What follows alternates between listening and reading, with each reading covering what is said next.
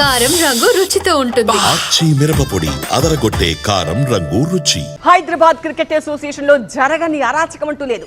అసలు అధ్యక్షుడిగా జగన్మోహన్ రావు ఎన్నికే అక్రమం అంటూ టీసీఏ ఆరోపణలు గుప్పిస్తోంది.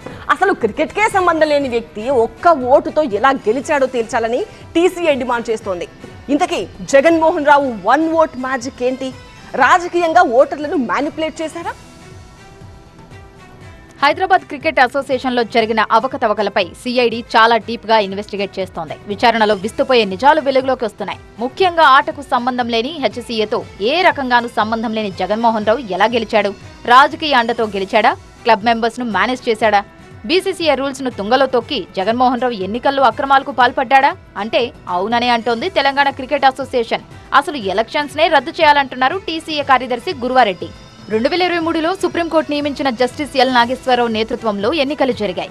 ఎన్నికల్లో అర్హత ఉన్న ఓటర్ల లిస్టును జస్టిస్ నాగేశ్వరరావు అప్రూవల్ చేసి సుప్రీంకోర్టుకు పంపారు. ఆ మెంబర్స్ మాత్రమే ఓటింగ్లో పాల్గొనాల్సి ఉంది.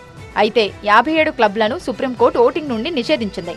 ఎన్నికల ప్రక్రియను మాజీ ఎన్నికల కమిషనర్ విఎస్ సంపత్ పర్యవేక్షించారు. జగన్మోహన్ రావు గోవ్లీపుర క్రికెట్ క్లబ్ ను శ్రీచక్ర క్రికెట్ క్లబ్ గా మార్చి నకిలీ సభ్యత్వం ద్వారా ఎన్నికల్లో పోటీ చేశారు. ఈ సభ్యత్వం సమర్పించిన డాక్యుమెంట్లలో మాజీ మంత్రి సి కృష్ణ యాదవ్ సంతకం నకిలీదని సిఐడి దర్యాప్తులో తేలింది.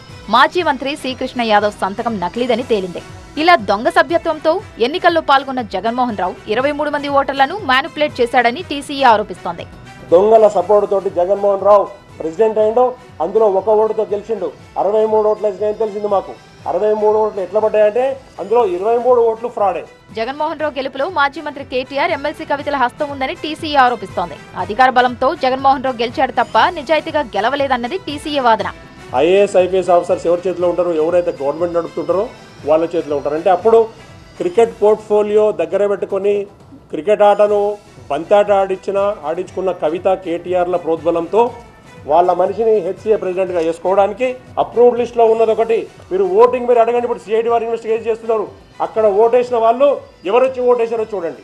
మొత్తానికి జగన్మోహన్ రావు ఒక్క ఓటు మ్యాజిక్ ఏంటో తేల్చే పనిలో ఉన్నాయి విచారణ సంస్థలు. ఇందులో పొలిటికల్ లీడర్ల హస్తం ఉందన్న టీసీఏ ఆరోపణలతో ఇష్యూ మరింత దుమారం రేపుతోంది.